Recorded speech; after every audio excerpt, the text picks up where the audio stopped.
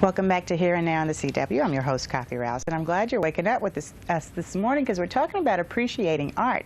And I have here with me from the College of William and Mary, Elizabeth Mead, Assistant Professor of Art. I'm so glad you're here to help us with our topic of discussion today. Thank you for having me. And one of our artists right here in Hampton Roads, George Stanley Jr., artist and screen printer, and you're going to be sharing some of your work. Yes, I am. Oh, you're so proud. Look at you. Like, yes, I'm glad to be here.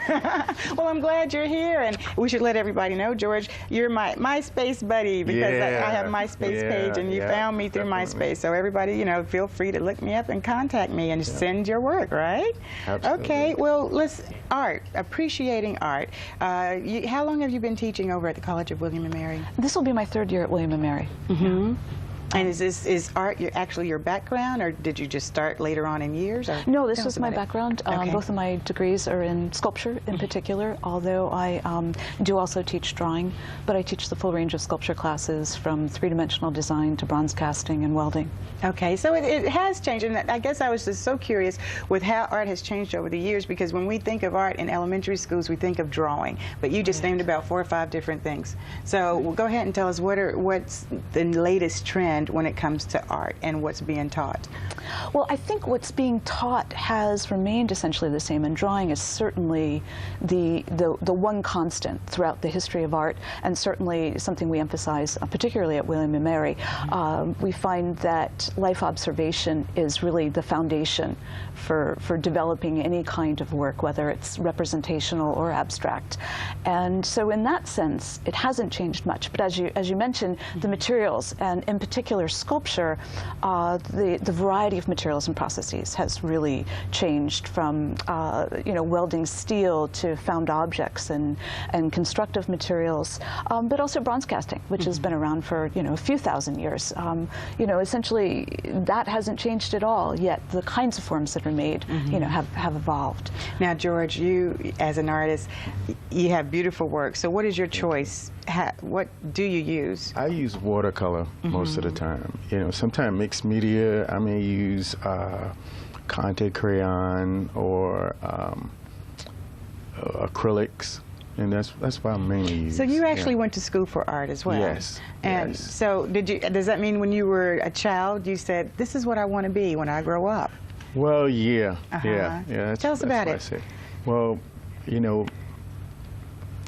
a lot of times, you know, when you're small, you don't have much to do. So when I grabbed onto pencil, paper, anything I can get, I just wanted to draw. That was it.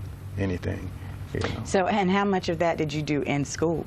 In school, I've been in the Minneapolis College of Art and Design. I went to Thomas Nelson, and I, you know, studied under certain people. I have a friend. Her name is Janice Lee Porter, and she does children books, and you know, she's kind of gave me that inspiration to keep going with art. And so you have a higher education degree, but in primary school, did you do a lot in primary school, in elementary? Oh yeah. Okay. Yeah. So when you hear about programs being cut, both of you, when you hear about programs being cut when it comes to art, how does it make you feel? It's a terrible thing. You know, I think we need that. We need that creativity in kids' lives. So to take that out, that's a terrible thing. Right. Elizabeth? Yeah. Well, I think we need it in more ways than we realize. I mean, there's the obvious appreciation, the way it enhances our lives, the quality of life. But I think, too, it affects us directly in ways we don't think about. In other words, someone who designs your coffee cup or the can opener, those things we buy and purchase because they're aesthetically pleasing, but they also feel good in our hands. The curve of a fender on a car. I mean, all those things impact us every day, and we don't necessarily even realize that we're seeing that. Then at the same time, there are those people who aren't necessarily involved directly in the arts, but who, through taking classes in art, develop greater analytical skills, observational skills, and objectivity. I mean, just recently there was an article in the New York Times about how young doctors are being encouraged to take art courses because it helps them in becoming better at diagnosing. They listen more carefully to their patients, their observational skills are better.